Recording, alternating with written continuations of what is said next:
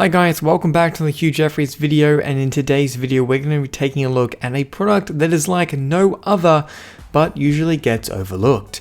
This right here is a 27-inch Apple Cinema display. I purchased this from eBay for a total cost of 450 Australian dollars. This was the cheapest cinema display on eBay, and I've been watching these online for a few months now just to try and get the best deal I could.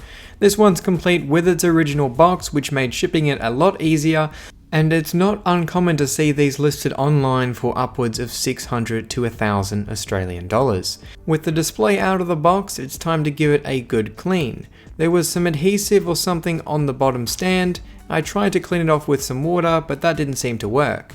Taking some cleaning alcohol into the mark, giving it a quick wipe, and it was removed within seconds. Moving along to the back of the display, it had a few marks and fingerprints. I used the same process as the stand, and all of those came right out. Moving along to the power cord, I gave that a quick wipe as well with some cleaning alcohol to remove any stains on the cord. There was also a bit of paint residue or something where the cable must have gotten squished in between a wall and a desk, so I scraped that off with a spudger to remove that. Taking a look at the ends of the cables, you can see just how dirty they are, so I'm going to give those a clean. This actually features a MagSafe, a mini DisplayPort connection, and a USB cable. It's obvious that this display was used with a laptop and has been plugged in and unplugged many times, given by the amount of dirt on those cables. Yet again, I'm using cleaning alcohol to remove that, and it comes off within seconds, and the cables are starting to look brand new. It's always good to give a product a good clean when you receive it, because many of the sellers online don't actually clean the products that they sell you, so this is just a good example of that.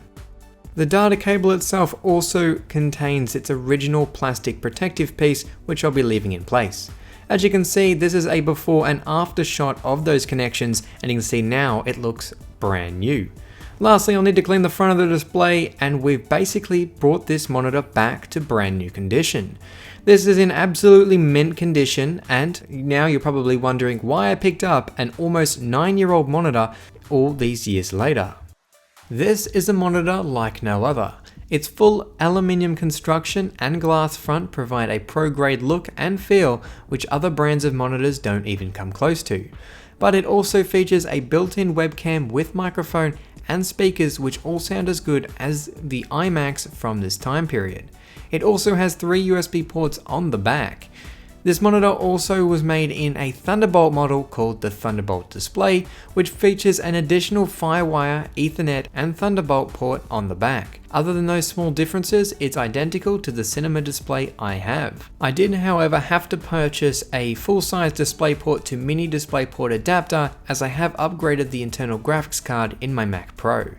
With that adapter purchased, I can easily connect this to my 2010 Mac Pro 12 core. I should also mention I'm upgrading over a 20-inch Cinema HD display from 2004. As you can see, I still have 2 remaining on each side of this monitor, which I'll hopefully be replacing in the near future.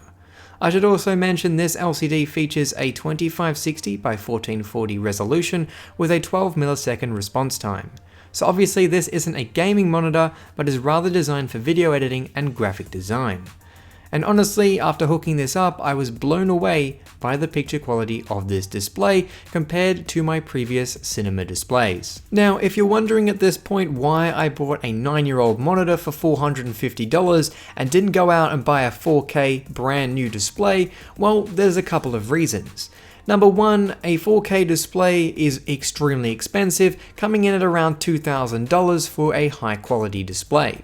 They're also constructed out of plastic and tend to be very flimsy at high screen sizes. I wanted something that matched in with my setup and was looking at a few LG displays, but like I said, although they had a metal painted base, it was actually constructed from plastic. And when I'm spending over $2,000 on a product, I would like that product to be made out of something sturdy.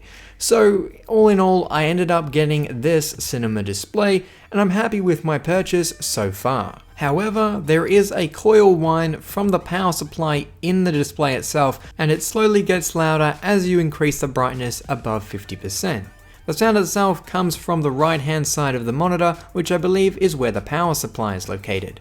That could be easily fixed by replacing that power supply, but for now, it's not really bothering me too much, so I'm just gonna let it be. I personally believe 2010 was the peak of Apple products with both design and functionality incorporated into their products.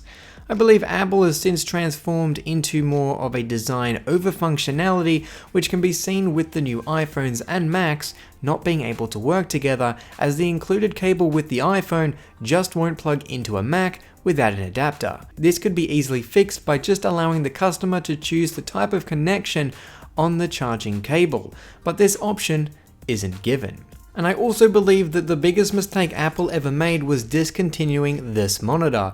They replaced it with an LG monitor, which is made of plastic and doesn't have half the features that this one does, although it does have a higher resolution. They have just removed this from their online store, so that could be a good hint that a new monitor is coming very soon. And on that note, this has been a Hugh Jeffries video. If you like what you saw, hit that subscribe button and consider checking out the Mac playlist for more videos just like this one. Also, make sure to follow me on my social media, link for which is down in the description. That's all for this video, and I'll catch you guys next time.